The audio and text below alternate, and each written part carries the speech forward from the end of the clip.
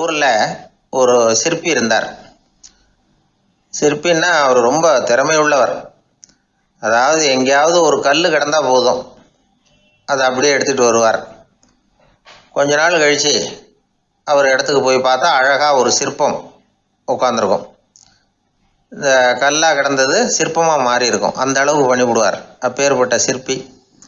எப்படிங்க அவ்வளவு மோசமான ஒரு கல்லில் இருந்து இவ்வளவு அழகாக ஒரு சிற்பத்தை உங்களால் வடிக்க முடிஞ்சுது அப்படின்னு கேட்டால், அது ஒன்றும் பெரிய விஷயம் இல்லைங்க.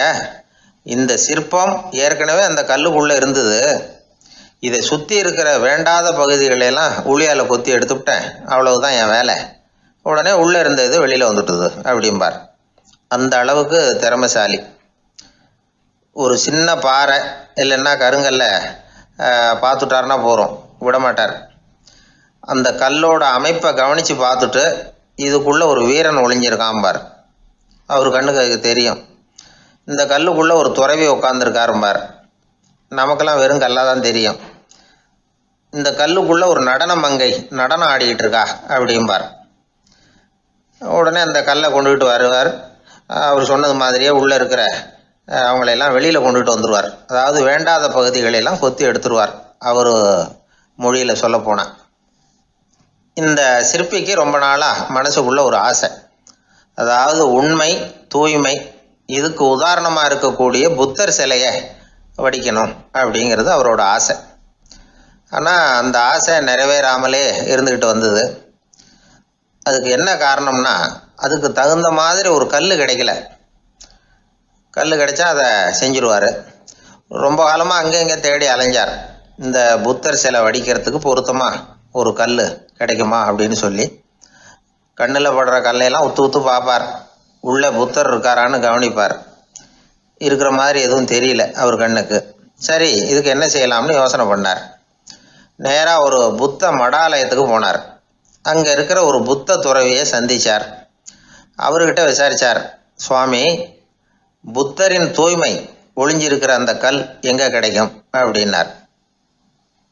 அந்த கல் இருக்கிற இடம் எதுன்னு இன்னமும் உங்களுக்கு தெரியலையா அப்படின்னு கேட்டார் துறவி. இல்லைங்க, அதுக்காகத்தான் அலைஞ்சிக்கிட்டு இருக்கிறேன் அப்படின்னார் இவர். சரி, கவலைப்படாதீங்க, ஏன் கூட வாங்க காட்டுறேன் அப்படின்னு அழைச்சிட்டு போனார். எங்கே போனார்னா, அந்த மடாலயத்தின் பின்பக்கம் போனாங்க. 2 பேரும் போனாங்க. அங்கே போய் பார்த்தா அங்கே ஒரு கிணறு இருந்தது. என்ன அது, நாம் கேட்டது கல், இவர் அழைச்சிட்டு வந்து காட்டுறது கிணறு அப்படின்னு இவருக்கு சந்தேகம். ஒரு மாதிரியாக பார்த்தார். அவர் சொன்னார், துறவி எட்டி பாருங்க உள்ள அப்படின்னாரு. கிணறுக்குள்ளே என்ன இருக்கும்னு இவருக்கு தெரியாதா, இருந்தாலும் அவர் சொல்கிறாரு அப்படின்னு சொல்லி எட்டி பார்த்தார். பார்த்தா அதில் தண்ணி இருந்தது. அந்த தண்ணியில் தன்னோட உருவம் தெரிஞ்சுது. இப்போ அந்த புத்த ஞானி சொன்னார், துறவியாரே, புத்தரை நாம தான் ஒழிச்சு வச்சிருக்கிறோம், நமக்குள்ளே தான் அவர் மறைஞ்சிருக்கிறார். அவரை அடையாளம் தெரியாதபடி மூடி இருக்கிறது எது தெரியுமா? நம்மக்கிட்ட இருக்கிற கோபம், போலித்தனம், பதட்டம், ஆசை, இதெல்லாம் தான்.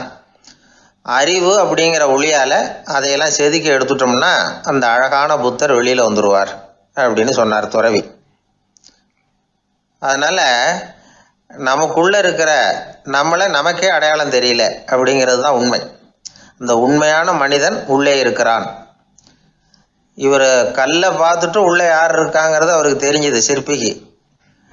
ஆனால் உண்மையான புத்தர் எங்கே இருக்காருங்கிறத அவரால் அடையாளம் கண்டுபிடிக்க முடியல.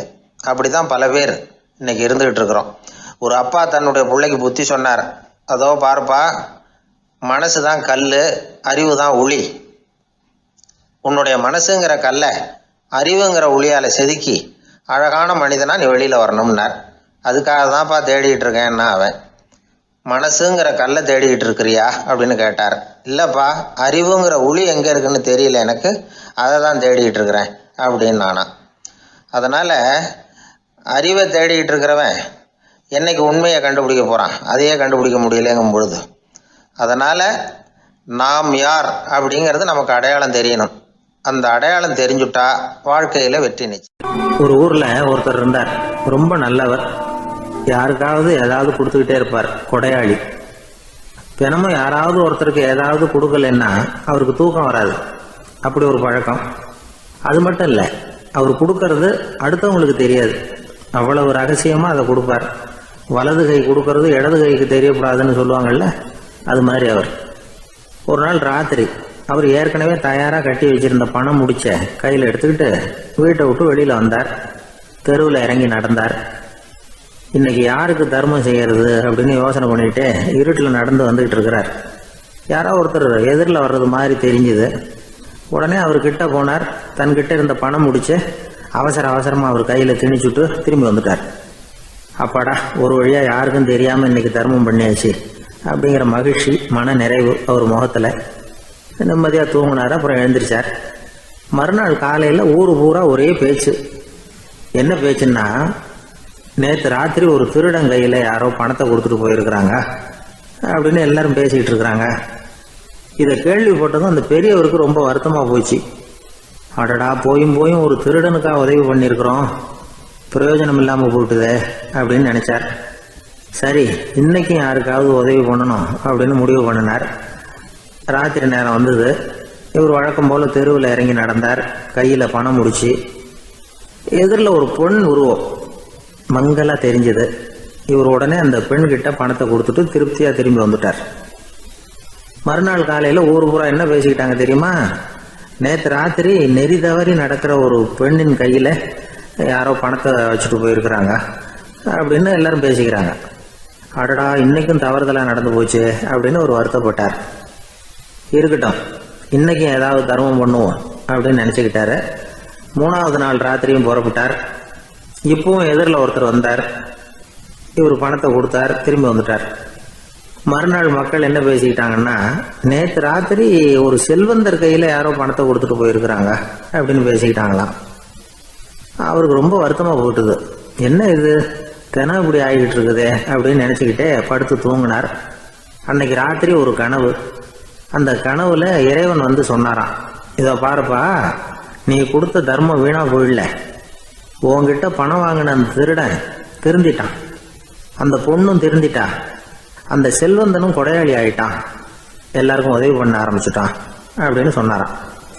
இந்த கதையை சொன்னவர் யாருன்னா நபிகள் நாயகம். இதில் உள்ள கருத்து என்னன்னா, நல்ல மனசோட தர்மம் பண்ணுனா அது வீணா போறதில்லை. இன்னொரு கருத்து, தர்மம் வந்து தன்னை மட்டுமல்ல அடுத்தவங்களையும் தீமையிலிருந்து காப்பாற்றும். இதுதான் நாம புரிஞ்சுக்க வேண்டியது.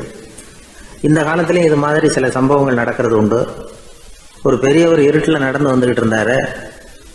எதிரில் வந்த ஒருத்தன் வலுக்கட்டாயமாக ஒரு கையை பிடிச்சி ஒரு பண முடிப்பை கொடுத்து வச்சுக்க சொல்லிவிட்டு விலகி போயிட்டான். பெரியவருக்கு ஆச்சரியம், இந்த காலத்திலையும் இப்படி வலது கை கொடுக்கறது இடது கைக்கு தெரியக்கூடாதுன்னு நினைக்கிற கொடையாளிகள் உண்டு போல இருக்கு அப்படின்னு யோசனை பண்ணிக்கிட்டே நடந்தார். கொஞ்சம் தூரம் போயிருப்பாரு. அதுக்குள்ள அதே ஆள் திரும்பி வந்தான். கொடுத்த பண முடிப்பை திருப்பி கொடுங்க அப்படின்னு கேட்டு வாங்கிட்டான். இவருக்கு ஒன்றும் புரியல. ஏன் இப்படி பண்ணுறேன்னார். அது ஒன்றும் இல்லைங்க, கொஞ்ச நேரம் இதை உங்ககிட்ட கொடுத்து வச்சிருந்தேன், அவ்வளவுதான் அப்படின்னா. ஏன்னு கேட்டார். என்னை பின்னாடி போலீஸ் தேடிக்கிட்டு வந்துக்கிட்டு இருக்குது, அதுதான் அப்படி பண்ணேன், இப்போ போயிட்டுது, இனிமேல் ஒன்றும் பயமில்லை அப்படின்னு சொல்லிவிட்டு அவன் பாட்டுக்கு நடந்து போகிறான். ஒரு விவசாயி விதைக்கிறதுக்காக வயல்வெளி பக்கம் போகிறார். விதைகளை அள்ளி வீசினார். அப்போ என்ன ஆச்சுன்னா, சில விதைகள் வந்து பாதை ஓரத்தில் விழுந்தது, சில விதைகள் முள் செடிகள் மண்டி இருந்த புதருக்கு இடையில் விழுந்தது, சில விதைகள் நல்ல நிலத்தில் விழுந்தது. பாதை ஓரத்தில் விழுந்த விதை என்ன ஆச்சுன்னா, அதெல்லாம் பறவைகள் கண்ணில் போட்டுவிட்டுது. உடனே வந்து உட்காந்து கொத்தி தின்னுட்டு போட்டுது. அதிகமாக மண் இல்லாத பாறை பகுதியில் விழுந்த விதையெல்லாம் லேசாக வேர் விட்டு முளைக்க ஆரம்பிச்சிது. அதுக்கப்புறம் வேர் கீழேயும் ஆழமாக போக முடியல, மேலேயும் சூரிய வெப்பம் அதிகம் தாங்க முடியல, எல்லாம் காஞ்சி கருகி போட்டுது. புதர் பகுதியில் சில விதைகள் விழுந்தது இல்லையா, முள் செடிகள் காடாக மண்டி போயிருந்தது. அதனால் முளைச்சி வர்ற செடிக்கு நெருக்கடி அதிகமாக போட்டுது, சரியாக வளர முடியல, விளைச்சலும் சரியாக இல்லை. நல்ல நிலத்தில் விழுந்த விதைகள் மட்டும் நல்லா முளைச்சிது, நல்லா வளர்ந்தது, விளைச்சலும் பிரமாதமாக இருந்தது. இந்த கதையை சொல்லிவிட்டு கேட்க செவியுள்ளோர் கேட்கட்டும் அப்படிங்கிறார் இயேசு பெருமான். ஆமாம், இயேசு கடலில் நின்ற படகு ஒன்றில் உட்காந்துருக்கிறார். கடற்கரையில் ஏராளமான மக்கள் உட்காந்துருக்கிறாங்க. அந்த சமயத்தில் தான் இயேசு வந்து ஓமைகள் மூலமாக மக்களுக்கு பல உண்மைகளை சொல்லிகிட்டு இருக்கிறார். மக்கள் அந்த கதையை கேட்டுட்டு ஒன்றும் புரியாமல் முழிக்கிறாங்க. அதை கவனித்த இயேசு அந்த ஓமையை விளக்க ஆரம்பித்தார். இதில் அந்த விதைக்கிறவர் தான் இறைவன். அவருடைய வார்த்தைகளை விதைக்கிறார். அந்த வார்த்தைகளை கேட்கிற மக்கள் அந்த விழுந்த விதைகள் மாதிரி 4 வகையானவர்கள். சில பேர் பாதை ஓரத்தில் விழுந்த விதைகள் மாதிரி இறைவன் வார்த்தைகளை அவங்க கேட்குறாங்க. ஆனால் தீய எண்ணங்கள் செய்கைகள் மூலமாக விதைக்கப்பட்ட வார்த்தைகள் அழிஞ்சு போடுது. இறைவன் வார்த்தைகளை கேட்ட உடனே மகிழ்ந்து போய் உடனே சில பேர் அதை ஏற்றுக்கிறாங்க. இவங்கெல்லாம் அந்த பாறை பகுதியில் விழுந்த விதைகள் மாதிரி. அதனால் இவங்கெல்லாம் வேறு இல்லாதவங்க. கொஞ்ச காலத்துக்கு இறை வார்த்தைகளுக்கு கீழ்ப்படிந்து நடப்பாங்க. அதனால் ஏதாவது இடைஞ்சல் ஏற்பட்டால் உடனே தடுமாறுவாங்க. தங்கள்கிட்ட இருக்கிற நல்ல பண்புகளை விட்டுட்டு பாவ வழிகளுக்கு போயிடுவாங்க. முள் செடிகளுக்கு இடையில் விழுந்த விதைகள் மாதிரி உள்ளவங்க யாருன்னா, இவங்களுக்கு உலக கவலை உண்டு, செல்வத்தின் மீது மயக்கம் உடையவர்கள். உலக ஆசைகள் இவங்களுக்குள்ளே பூந்துடுறதுனால அங்கே இருக்கிற நல்ல பண்புகள் மறைஞ்சு போயிடுது. அதனால் அவங்களும் உபயோகம் இல்லாதவங்களாக ஆயிடுறாங்க. நல்ல மனிதர்கள் நல்ல நிலத்தில் விழுந்த விதைகளுக்கு ஒப்பானவர்கள். இவங்க இறை வார்த்தையை கேட்குறாங்க, அதை ஏற்றுக்கிறாங்க, அவங்களும் நல்லபடியாக வாழுறாங்க, அடுத்தவங்களுக்கும் உபயோகமாக இருப்பாங்க. இதுதான் இயேசு சொன்ன விளக்கம். நல்ல வார்த்தைகளை கேளுங்கள், நல்ல வார்த்தைகளை ஏற்றுக்கொள்ளுங்கள், அடுத்தவங்களுக்கு உபயோகமாக இருங்க. இதுதான் பெரியவங்கள்லாம் நமக்கு சொல்லுகிற உபதேசம். ஒரு அப்பா தன்னுடைய மகனுக்கு உபதேசம் பண்ணார். இதை பாருப்பா, நல்ல வார்த்தைகளை கேட்கணும், எப்போதுமே மகன் அப்பா பேச்சை கேட்கறது நல்லது அப்படின்னாராம். நீ ஏதாவது ஒரு தப்பு பண்ணால் என் தலையில் ஒரு முடி நரைச்சி வெள்ளையாக போடும்பா, நீ செய்கிற ஒவ்வொரு தப்புக்கும் என் தலையில் ஒவ்வொரு முடி வெள்ளையாயிடும் அப்படின்னாராம். பையன் யோசிச்சான், அப்பா இப்போ தான் எனக்கு புரியுது, தாத்தாவோட தலைமுடி பூராவும் வெள்ளையாக இருக்கிறதுக்கு என்ன காரணம்ங்கிறது எனக்கு இப்போ தான் புரியுது அப்படின்னானா. எனக்கு ஒரு உதவி செய்யணும் அப்படின்னு நம்மளை பார்த்து ஒருத்தர் கேட்குறாருன்னு வச்சுங்களேன், உடனே நாம் அவரை பார்த்து என்ன உதவின்னு கேட்போம். இதுதான் சராசரி மனிதர்களின் இயல்பு.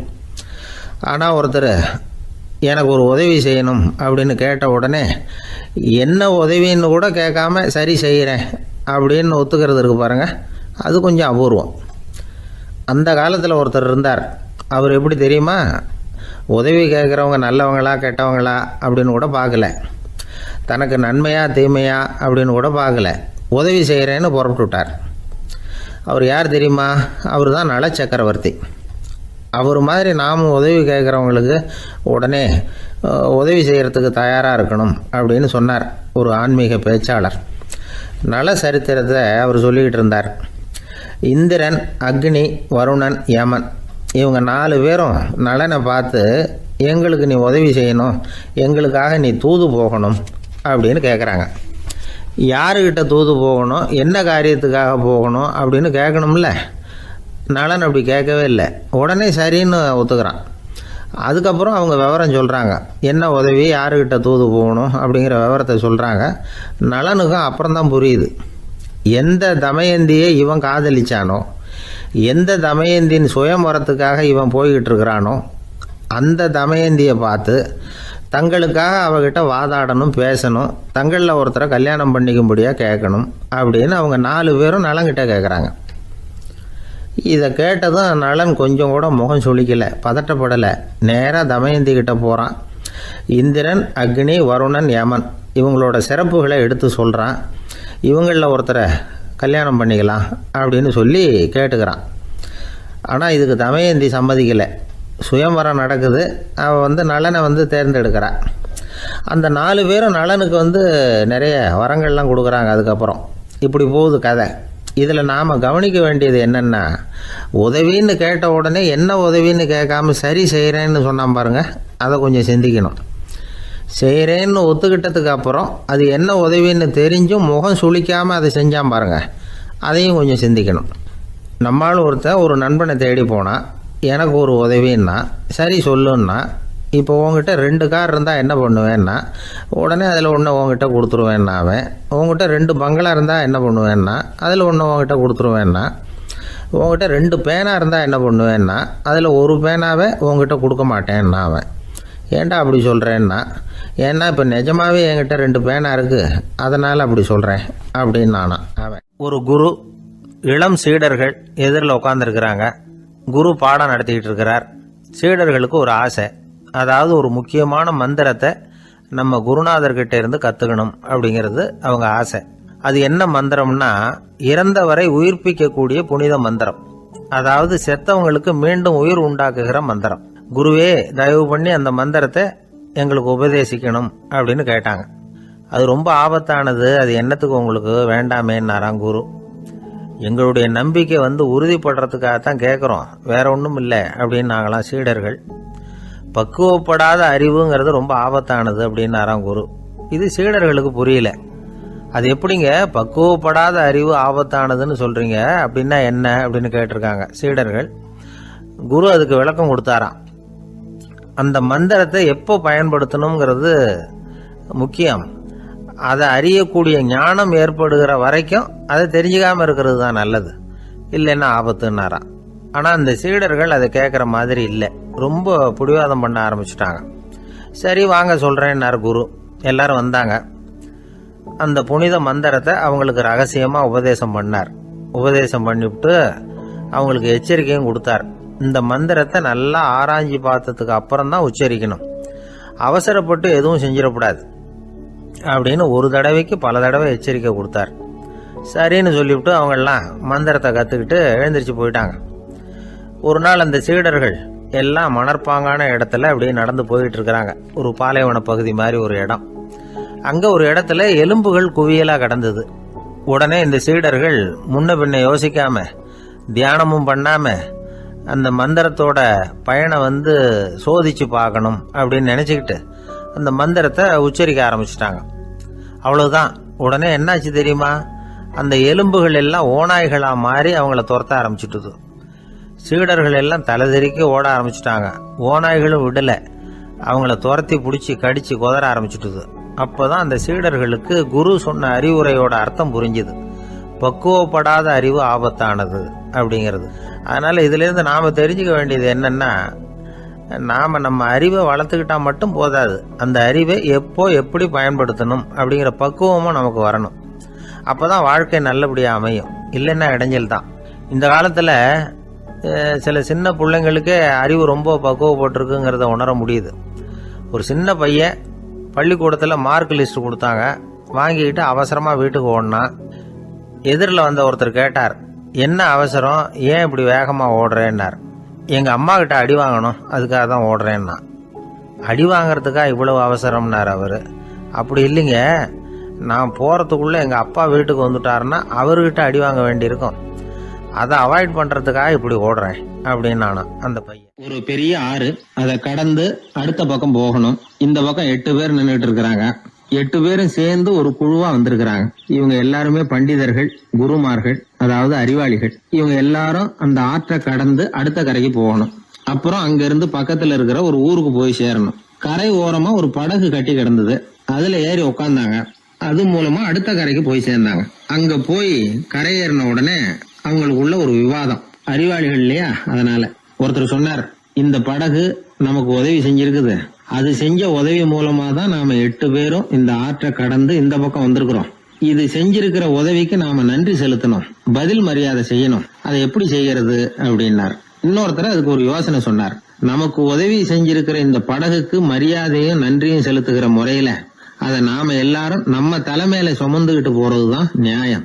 ஏன்னா நம்ம அது சுமந்தது இல்லையா, அதுக்கு பதிலா நாம அதை சுமக்கணும், அதுதான் சரியான நன்றியா இருக்கும் அப்படின்னார். இதுதான் சரியான யோசனைன்னு எல்லாரும் ஒத்துக்கிட்டாங்க. அவ்வளவுதான். உடனே அந்த படகை தூக்கி தலையில வச்சுக்கிட்டு 8 பேர் நடக்க ஆரம்பிச்சிட்டாங்க. அப்படியே அவங்க போக வேண்டிய கிராமத்துக்கு போய் சேர்ந்தாங்க. அந்த ஊர் மக்களுக்கு இது வேடிக்கையா இருந்தது. ஆச்சரியமா அவங்கள பார்த்தாங்க. ஏங்க எதுக்காக இப்படி செய்யறீங்க அப்படின்னு கேட்டிருக்கிறாங்க. படகுங்கிறது மனிதர்களை கரை சேர்க்கறதுக்காகத்தானே இருக்குது, நாம அதை எதுக்காக சுமக்கணும், அதை ஆத்தங்கரையிலேயே விட்டுட்டு வந்திருக்கலாமே அப்படின்னாங்க.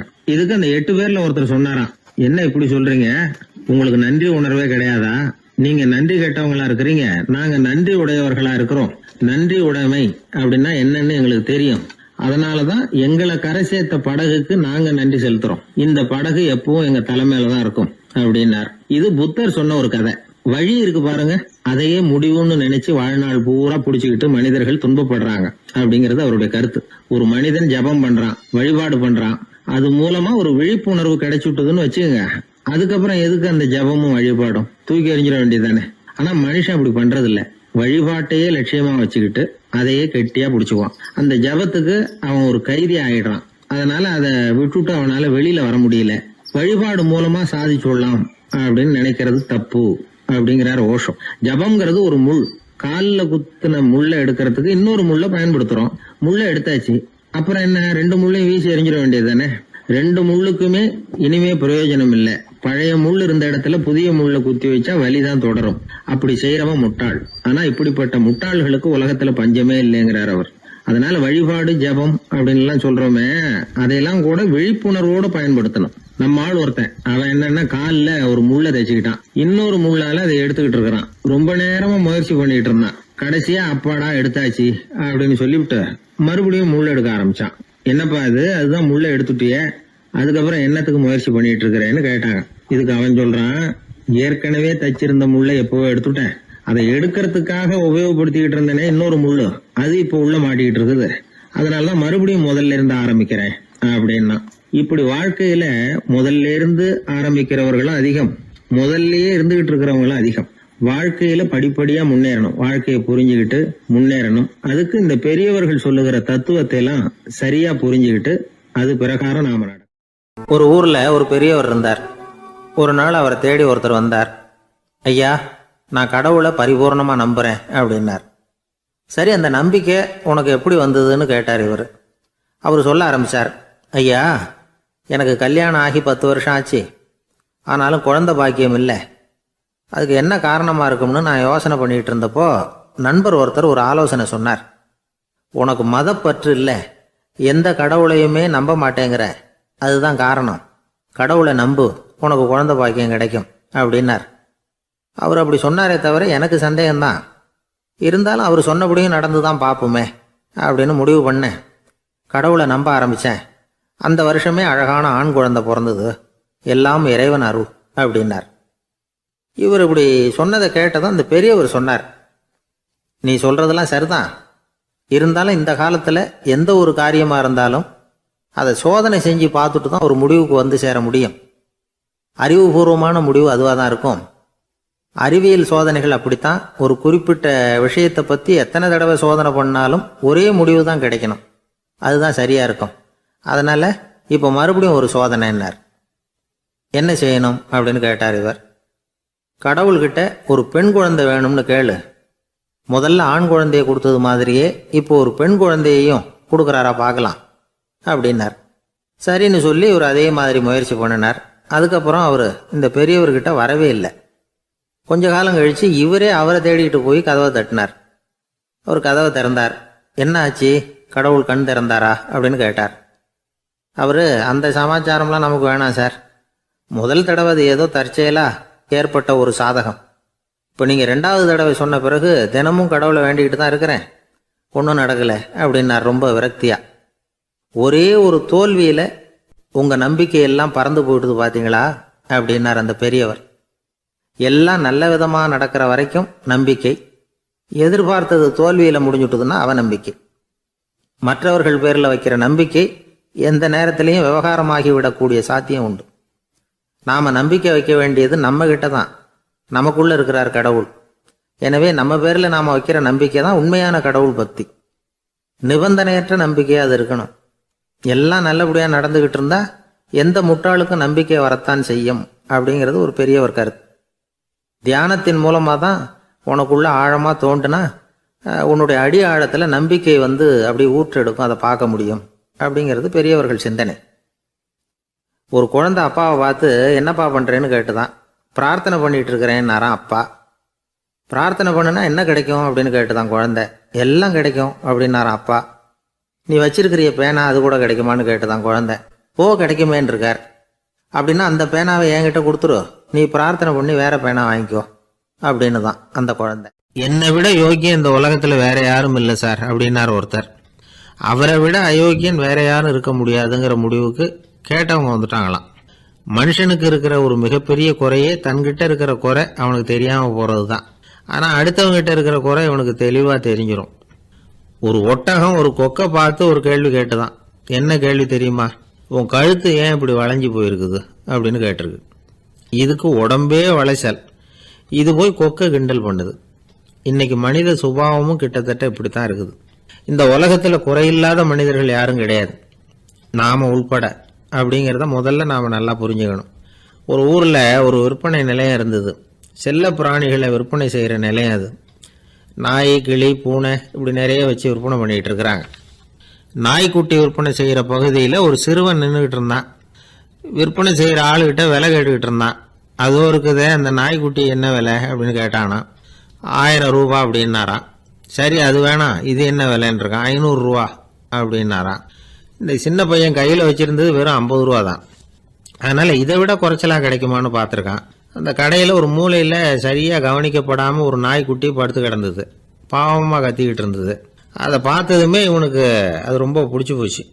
உடனே அந்த கடைக்காரரை பார்த்து, அதுவும் அந்த மூலையில் படுத்து கிடக்குதே, அந்த நாய்க்குட்டி என்ன விலை அப்படின்னு கேட்டிருக்கான். தம்பி, அது ஒரு கால் ஊனம், அதனால் அது உன்னோட குதித்து விளையாடவோ ஓடுறதோ அதால் முடியாத காரியம் அப்படின்ட்டுருக்கார் அவர். அது தெரிஞ்சுதாங்க கேட்குறேன், அதோட விலை என்ன, அதை மட்டும் சொல்லுங்களேன் அப்படின்ட்டுருக்கான். தம்பி, இது கால் ஊனம் உள்ள ஒரு நாய். இதை போய் காசு கொடுத்து வாங்கிறதுக்கு யாராவது பிரியப்படுவாங்களா? இதை நான் உனக்கு இலவசமாகவே தர்றேன், எடுத்துகிட்டு போ அப்படின்னாரான். இதை கேட்டதும் அந்த சிறுவனுக்கு கோபம் வந்துட்டு தான். நீங்கள் ஒன்றும் சும்மா கொடுக்க வேணாம், இந்தாங்க 50 ரூபா, இதை வச்சுக்கிட்டு நாய்க்குட்டியை கொடுங்க அப்படின்ட்டுருக்கான். அவருக்கு ஒன்றும் புரியல, ஆச்சரியமாக இருந்தது. சரின்னு பணத்தை வாங்கிட்டு நாய்க்குட்டியை தூக்கி கொடுத்தார். அந்த சிறுவன் அந்த நாய்க்குட்டியை 2 கையாலையும் வாங்கினா, மார்போட பிரியமாக சேர்த்து அணைச்சிக்கிட்டான். தெருவில் இறங்கி நடக்கிறான். அப்படி நடக்கும்பொழுது தான் பார்க்குறார், கடைக்காரர் ஆச்சரியமாக அவனை பார்க்குறார். அப்போ தான் அவருக்கு ஒரு விஷயம் புரியுது.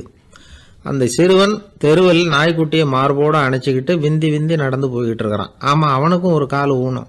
இந்த நாய்க்குட்டியை யாருமே வாங்க மாட்டாங்கன்னு நினச்சிக்கிட்டு இருந்தார். குறையுள்ள அதுக்கும் ஒரு எஜமானன் கிடச்சிட்டான். அதனால் ஊனம் ஒரு குறை இல்லை அப்படிங்கிற உண்மையை அந்த கடைக்காரர் புரிஞ்சுக்கிட்டாரான். நம்மால் ஒருத்தர் கொஞ்சம் வயசானவர், எழுந்திரிச்சு சரியாக நடக்க முடியாது, சாய்வு நாற்காலியிலேயே எப்பவும் உட்காந்துருப்பார். அவர் தனக்கு துணையாக ஒரு நாயை பக்கத்தில் வச்சுருந்தார். அதுவும் ரொம்ப வயசான ஒரு நாய், எழுந்திரிக்கவே சிரமப்படும், நடக்கவும் முடியாது. அவர் பக்கத்திலே இதுவும் சோர்ந்து போய் படுத்து கிடக்கும். அந்த பெரியவரை பார்க்க வந்த ஒருத்தர் கேட்டார், ஏங்க, ஒரு சின்ன பையனை உங்களுக்கு துணையாக வச்சுக்கப்படாதா? இந்த நாயை உங்களுக்கு பாதுகாப்பாக வச்சுருக்கிறீங்களே, உங்களுக்கு ஒரு ஆபத்துன்னா இது எப்படி உங்களுக்கு உதவ முடியும் அப்படின்னார். அப்போ அவர் சொன்னாராம், எனக்கு ஒரு ஆபத்துன்னா அந்த சமயத்தில் இந்த நாய் என்னை தனியாக விட்டுட்டு ஓடி போயிடாமல் இருக்கணும்ல, அதுக்காகத்தான் இதை நான் வச்சுருக்கிறேன் அப்படின்னாராம். ஒருத்தர் குதிரை ரேஸுக்கு போனார், பணம் கட்டினார், தோற்று போயிட்டார். மறுபடியும் போனார், பணம் கட்டினார், தோற்று போனார். அடுத்த தடவையும் பணம் கட்ட போனப்போ அவரை தடுத்து கேட்டோம், ஏன் சார், ஏற்கனவே விட்டது போதாதா, இன்னமும் இருக்கிறத விடணுமா அப்படின்னு கேட்டோம். விட்டதையெல்லாம் மொத்தமாக எடுக்க வேணாமா சார், அதுக்காக தான் தொடர்ந்து பணம் கட்டுறேன்னார் அவர். இவரை திருத்துறது ரொம்ப கஷ்டம். இது ஒரு மனநோய். மனநோய்களில் பல வகை உண்டு. மனநோய்கள் பிரிவு அட்டவணையில் சூதாட்டம்ங்கிறது அவதியுறும் நோய் அப்படிங்கிற தலைப்பில் வருது. சூதாட்டம் 2 வகைப்படும்னு சொல்கிறாங்க உளவியல் நிபுணர்கள். ஒரு வகை எப்படின்னா, நண்பர்களோடு சேர்ந்துக்கிட்டு மகிழ்ச்சியும் கிளர்ச்சியும் அடையிறதுக்காக ஈடுபடுறது. பிரச்சனைகளை தீர்க்கறதுல ஒரு ஆர்வம், கேளிக்கைக்காக கொஞ்சம் விட்டு பிடிக்கிறது அப்படிங்கிற மனுஷனுடைய அடி மனசில் உள்ள விபரீத பிணைய சுபாவம், இதெல்லாம் அதுக்கு காரணம். இன்னொரு வகை எப்படின்னா, சூதாட்டத்தில் ஈடுபட்டு ஒரு கட்டாய நிலைமைக்கு ஆளாயிடுறது. ஈடுபடு அப்படின்னு மனசு ஒரு வெறித்தன்மையை தூண்டிக்கிட்டே இருக்கும். இப்படிப்பட்டவங்களுக்கு நாம் தோத்துக்கிட்டு இருக்கோங்கிறது தெரியும், நாம் ஜெயிக்கிறதுக்கான சந்தர்ப்பம் இல்லைங்கிறதும் தெரியும். இதனால் நமக்கும் கஷ்டம், நம்ம சுற்றி இருக்கிறவங்களுக்கும் கஷ்டங்கிறதும் புரியும். அப்படி இருந்தும் சூதாடுவாங்க. இதுக்கு காரணம் சூதாடியின் பகற்கனவு அப்படிங்கிறாங்க நிபுணர்கள். இந்த நிலைமைக்கு கட்டாய சூதாட்டம் அல்லது நிர்பந்த சூதாட்டம் அப்படின்னு பேர் வச்சிருக்கிறாங்க. இப்படிப்பட்ட ஆசாமி இருக்கிறது பூரா விட்டுருவான், கடன் வாங்குவான், திருடுவான், இருந்தாலும் என்னைக்காவது ஒரு நாள் ஜெயிச்சிருவேன் அப்படின்னு சொல்லிக்கிட்டே இருப்பான். விட்டதை எடுத்துருவேங்கிற ஒரு நம்பிக்கை சுடர் அவனுக்குள்ளே எரிஞ்சிக்கிட்டே இருக்கும். இவனை மனநோயாளி அப்படின்னு சொல்லிட முடியாதான். என்ன காரணம்னா, இது மாதிரி ஆளுங்க கிட்ட மன போராட்டமோ கவலையோ பதட்டமோ இருக்கிறது இல்லை. சில விசேஷமான குணங்கள் இவங்க கிட்ட உண்டு. எதிர்ப்பு உணர்ச்சி, சிறுபிள்ளைத்தனம், சட்ட திட்டங்களையும் சம்பிரதாயங்களையும் உட தெரியாத மனப்போக்கு, பொறுப்பில்லாத தன்மை, நெறி தவறி நடக்கிறது எல்லாம் இவங்ககிட்ட உண்டு. ஆனால் வெளிப்பார்வைக்கு ரொம்ப சிநேகமாக இருப்பாங்க, அன்பாக இருப்பாங்க, அப்படி இருக்கிறதாக காட்டிக்குவாங்க. ஆதாயம், சுயலாபம் இதெல்லாம் கருதி தான் பழகுவாங்க. இவங்க கேட்குறப்ப நாம் பணம் கொடுக்கலன்னு வச்சுக்கோங்க, நம்மளை கை விட்டுருவாங்க. நம்ம மேலே அவாண்டமாக பழி சுமத்துறது கூட தயங்க மாட்டாங்க. தங்களுடைய சூதாட்ட நடவடிக்கைகளுக்கு சாதகமான காரணங்களை சொல்லிகிட்டு இருப்பாங்க. நீ வேணும்னா பாரு, ஒரே நாளில் நான் இழந்ததையெல்லாம் மீட்டு லட்சாதிபதி ஆறேன்னா இல்லையா பாரு அப்படிம்பாங்க. தோற்று போகிறத ஒரு படிப்பினையாக இவங்க எடுத்துக்கிறதே இல்லை. தோற்று போகிறதுலேயே இவங்களுக்கு ஒரு அலாதியான சுகம். தனக்குத்தானே துன்பத்தை வரவழைச்சிக்கிட்டு இன்பம் அடையிறதுக்கு தன்வதை சுகம் அப்படின்னு பேர். இவங்கெல்லாம் அந்த ரகம். சில பேர் எப்படி தெரியுமா, மந்திர எண்ணங்களை வரவழைச்சிக்கிறது, சூதாடுறதுக்காக ஆஃபீஸில் கையாடல் பண்ணுறது, அடுத்தவங்க கிட்டேருந்து திருடுறது. இந்த மந்திர எண்ணம் தீவிரமாச்சுன்னா ஒரு மாதிரியாக பேச ஆரம்பிச்சிருவாங்க. தோல்வி தான் சார் வெற்றிக்கு முதல் படியும்பாங்க. தன்னால் பகடக்காய்களையும் குதிரை ஓட்டிகளையும், அதாவது இந்த ஜாக்கிகள், அதெல்லாம் கட்டுப்படுத்த முடியுங்கிற பித்து நிலைக்கு இவங்கெல்லாம் தள்ளப்பட்டுருவாங்க.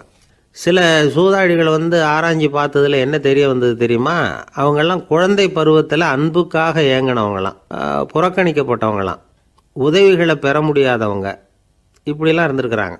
இவங்க வளர வளர மற்றவங்க சௌகரியம் பற்றி அக்கறை இல்லாதவங்களாக ஆயிடுறாங்க. அதிர்ஷ்ட தேவதை தன்னோடு இருக்கிறாங்க அப்படிங்கிற அசையாத நம்பிக்கை இவங்களுக்கு. இவங்களை திருத்துறது ரொம்ப கஷ்டம். அதனால் பந்தயம், சூதாட்டம் இது மாதிரியான விஷயங்களை விட்டு விலகியே இருக்கிறது தான் நமக்கு நல்லது. ஒரு ஆள் சொன்னான், என்னுடைய குதிரை வேகமாக ஓடுறதுக்கு என்ன வழி அப்படின்னு கால்நடை மருத்துவர்கிட்ட யோசனை கேட்டேன். அவர் ஒரு பாட்டில் நிறைய மாத்திரைகளை கொடுத்து தினம் 2 மாத்திரை விதமாக கொடுக்க சொன்னார். முதல் நாள் 2 மாத்திரையை கொடுத்துட்டு அது மேலே ஏறி உட்கார்றதுக்கு போனேன். அவ்வளவுதான். அதுக்குள்ளே அது அம்பு மாதிரி பாஞ்சு ஓடி போச்சு. நான் இன்னும் உட்காரவே இல்லை, அதுக்குள்ளே பாஞ்சு ஓடி போச்சு அப்படின்னா. அடடா, அப்புறம் நீங்கள் என்ன பண்ணீங்க அப்படின்னு கேட்டாங்க.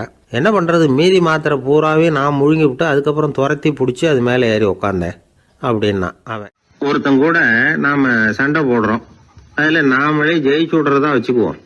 நம்ம மனசுக்கு சந்தோஷமாக தான் இருக்கும். இருந்தாலும் உள் மனசில் ஒரு பயமும் உண்டாகலாம். தோற்று போனவன் சும்மா இருப்பானா? அவன் மறுபடியும் எப்போ சந்தர்ப்பம் வரும்னு எதிர்பார்த்துக்கிட்டு தானே இருப்பான். அதனால வெற்றியின் ஒரு பக்கம் சந்தோஷமா இருந்தாலும் இன்னொரு பக்கம் பயமா தான் இருக்கும். ஒரு மன்னன் இருந்தான், நிறைய பேரோட அவன் சண்டை போட்டான், ஜெயிச்சான், பல நாடுகளை வென்றான். அதனாலேயே அவன் மனசுக்குள்ள ஒரு பயம் உண்டாயிட்டுது. பகை மன்னர்கள் எல்லாம் படையெடுத்துக்கிட்டு வந்துட்டா என்ன பண்றது அப்படிங்கிற பயம். எல்லாரும் இப்ப இருக்கிற இந்த மாளிகையை கைப்பற்றிக்கிட்டா என்ன பண்றது அப்படின்னு யோசனை பண்ணா நடுங்க ஆரம்பிச்சிட்டான். ஏன் ஒரு மாதிரியா இருக்கிறீங்க அப்படின்னு கேட்டார் அமைச்சர். இவன் விவரத்தை சொன்னான். 2 பேருமா சேர்ந்து ஒரு திட்டம் போட்டாங்க. அதன் பிரகாரம் ஒரு பெரிய மாளிகை ஒண்ண புதுசா கட்டினாங்க. அதுக்கு ஜன்னல்லாம் எதுவும் கிடையாது. உள்ள போறதுக்கு வெளியில வர்றதுக்கு ஒரே ஒரு கதவு மட்டும்தான் உண்டு. அதை தவிர அந்த மாளிகைக்கு வேற எந்த வழியும் கிடையாது.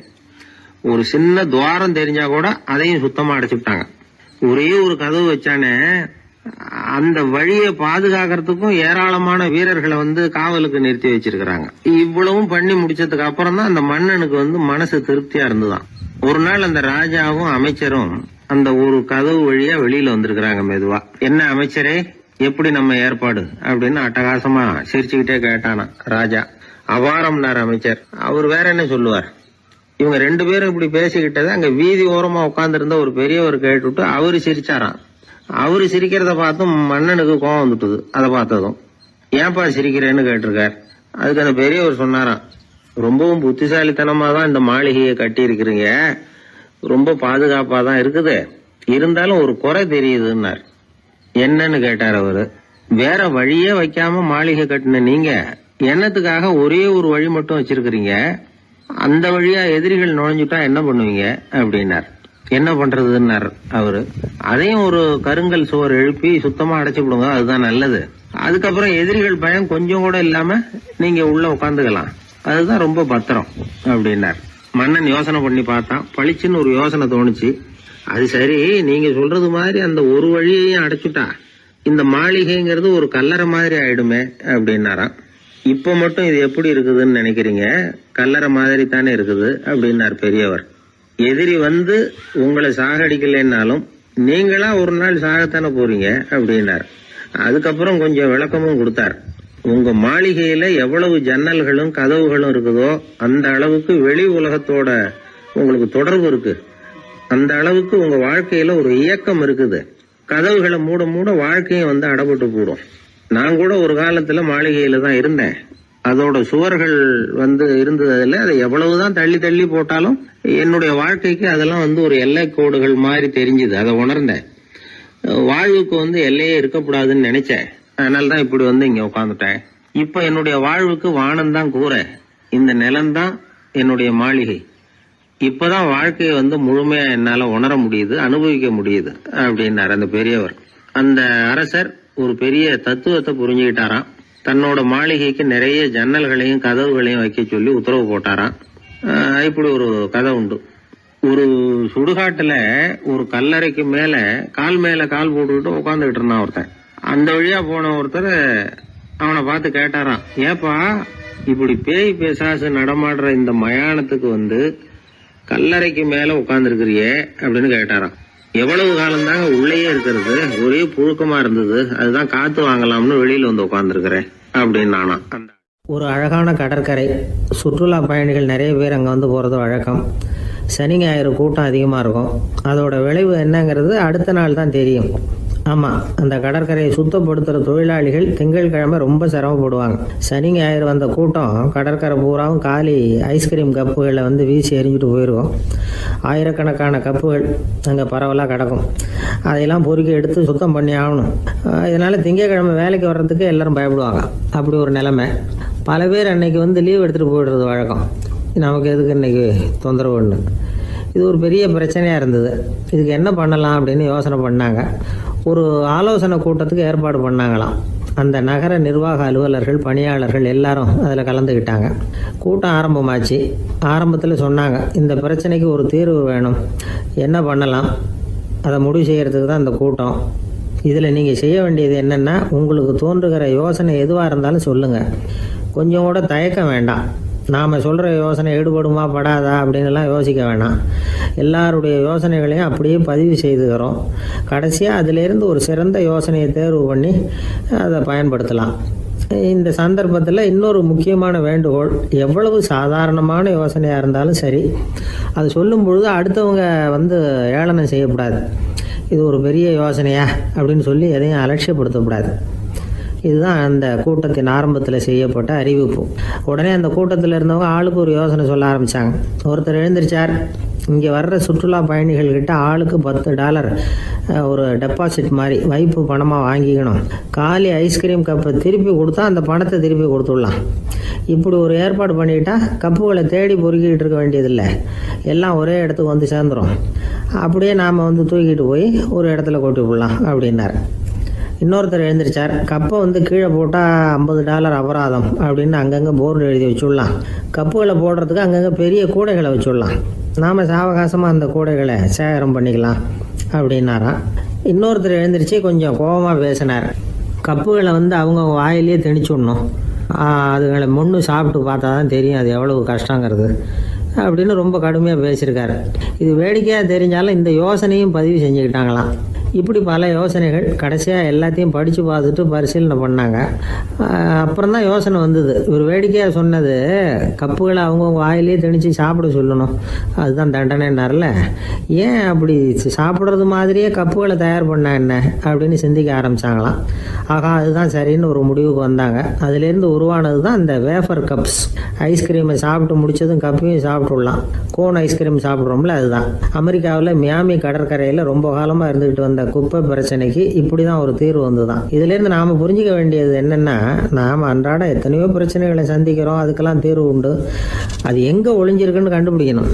அந்த யோசனையையும் நல்லா தீவிரமாக யோசிக்கணும். யார் என்ன யோசனை சொன்னாலும் அதை வந்து அலட்சியப்படுத்தக்கூடாது, அக்கறையோடு கவனிக்கணும், அதை யோசித்து பார்க்கணும். ஒரு அம்மா தன்னோட வீட்டுக்காரரை ஒரு மனநல மருத்துவர்கிட்ட அழைச்சிட்டு வந்தாங்களாம். டாக்டர், இவருக்கு கோன் ஐஸ்கிரீம் பிடிக்கல, பேப்பர் கப்பில் இருக்கிற ஐஸ்கிரீம் தான் வேணும்னு அடம் பிடிக்கிறார் அப்படின்னாங்களாம். அது ஒன்றும் தப்பு இல்லையேன்னாராம் டாக்டர். இதுக்கு அந்த அம்மா சொன்னாங்களாம், இவர் கப்பு ஐஸ்கிரீம் வாங்குறதுல தப்பு இல்லை டாக்டர், பிரச்சனை அது இல்லை. அப்புறம் வேறு என்னென்னு கேட்டிருக்காரு. வாங்கினதும் ஐஸ்கிரீமை கீழே கொட்டிவிட்டு அந்த பேப்பர் கப்பை மட்டும் விரும்பி சாப்பிட்றார், அதனால தான் உங்ககிட்ட அழைச்சிட்டு வந்தேன் அப்படின்னாங்களாம். அம்மாக்காரங்களுக்கு அடிக்கடி ஏற்படுற கவலை ஒன்று உண்டு. அதாவது குழந்தை சரியாக சாப்பிட மாட்டேங்குதே அப்படிங்கிற கவலை. இவங்கெல்லாம் ஒரு விஷயத்த நல்லா புரிஞ்சுக்கணும். குழந்தைகள்ங்கிறவங்க பெரியவங்க மாதிரி இல்லை. அவங்க கடிகாரத்தில் மணியை பார்த்துட்டு சாப்பிட்றதுக்கு உட்கார்ற ரகம் கிடையாது. பசிச்சா சாப்பிடுவாங்க, இல்லைன்னா விளையாடுவாங்க அல்லது தூங்குவாங்க. அது புரியாம அவங்கள கட்டாயப்படுத்தி அல்லது மிரட்டி சாப்பிட வைக்கிறது ரொம்ப தப்பு. ஒரு 8 மாச குழந்தைக்கு 3 மணி நேரத்துக்கு ஒரு தடவை பசிக்கும். அந்த நேரம் பார்த்து சாப்பாடு கொடுத்தா அடம் பண்ணாமல் அது பாட்டுக்கு சாப்பிட்ரும். அதே குழந்தைக்கு 1 வயசு ஆகிறப்போ 4 மணி நேரத்துக்கு ஒரு தடவை பசிக்கும்.